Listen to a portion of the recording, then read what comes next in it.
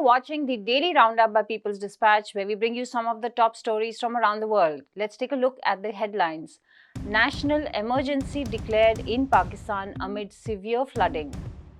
Julian Assange submits appeal to contest US extradition.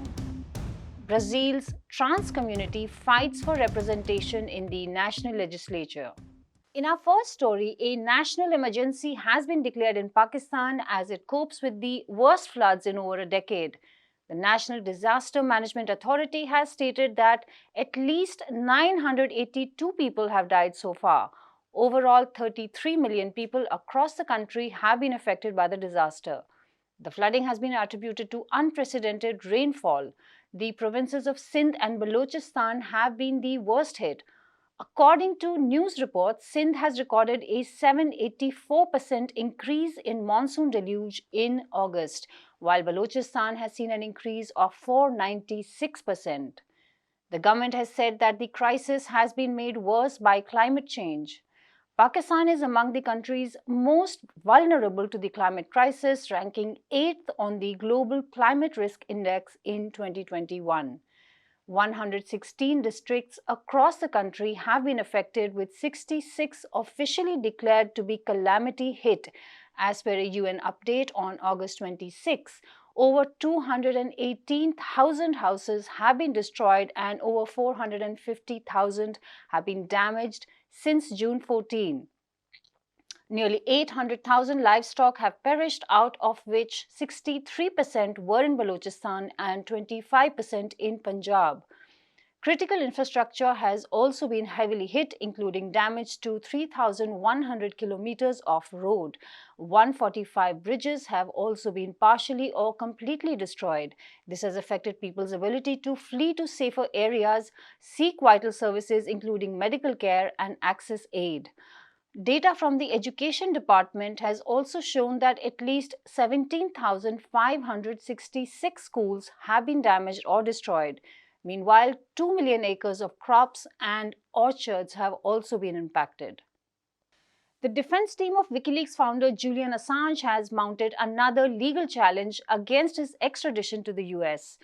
A perfected grounds of appeal application was submitted before the High Court of Justice Administrative Court on August 26. Wikileaks has said that the document introduces significant new evidence that has developed in the case since January 2021. On June 17, Assange's extradition was formally sanctioned by UK Home Secretary Priti Patel. However, his legal team declared that they would continue to fight the order through the appeals process in court. The application filed on Friday raises several points, including that Assange is being prosecuted for protected speech. It adds that he is being prosecuted and punished for his political opinions. It points out that the extradition request is a violation of the US-UK extradition treaty and international law because it is for political offences. It adds that the US government has misrepresented the core facts of the case to UK courts. Finally, the application says that the extradition request and surrounding circumstances constitute an abuse of process. Assange's legal team, rights groups, and other organizations have consistently highlighted the explicitly political nature of his persecution. His wife, Stella Assange, said on Friday that overwhelming evidence has emerged proving that the US prosecution against him was criminal abuse. Shocking revelations have been made during the trial, including a plot by the CIA to assassinate Assange. Recently, Assange's lawyers and 2 journalists filed a lawsuit against the CIA for alleged spying. Assange has been imprisoned at the Belmarsh prison since 2019. The United States is seeking to extradite him to force him to stand trial on 18 charges, including 17 counts under the Espionage Act. And finally, we go to Brazil, which is gearing up for a critical national election in October. A key struggle is being waged by members of the country's trans community to secure an unprecedented share of seats in the National Congress. Candidates are fighting to protect essential rights for the community in the legislature, which have otherwise been secured through isolated legal decisions. Here is a video by Brasil de Fato on this issue. Accredited by significant voting numbers in the last state and municipal elections, transsexual and transvestite candidates are now targeting seats in the National Congress. If elected, these candidates will not only open the doors to diversity, but will also have the opportunity to consolidate, through laws and amendments, rights that the LGBTQIA+ population has conquered in judicial decisions. Brazil's legislation and National Congress do not recognize LGBTQIA+ people as citizens. There are bills about this issue, but they have been shelved.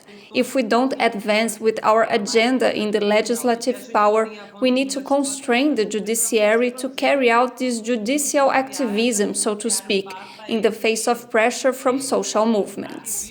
In recent years, higher levels of the justice system, such as the Supreme Court and the Brazilian equivalent to the Court of Appeals, have decided in favor of a series of historic claims following international treaties. These legal decisions include, for instance, the recognition of same-sex marriage, the ratification of name and gender in registry offices, and the inclusion of trans women in the Maria da Penha law for protection against aggressors. There was no law or amendment voted on by the plenary. However, I know that nothing will be approved by the plenary we have today. We can delude ourselves into thinking it is enough to have 3 trans, gay, or lesbian elected federal deputies. We need to be aware of the fact that that House has 513 federal deputies. But I think we can act. What we lack is positions in the Constitution and Justice Commission. Among the most prominent transgender candidates are Erika Hilton, the female candidate holding the largest number of votes for councillor in the 2020 elections, Duda Salabert from the Democratic Labour Party, and Ariadne Arantes from the Brazilian Socialist Party. There may be divergences along the way, but the discourse is one of unity around the most important progressive agendas for the economy and social well-being without forgetting the historically excluded people. There is no way for us to renew democracy without paying attention to gender, race, diversity issues, and class conflict.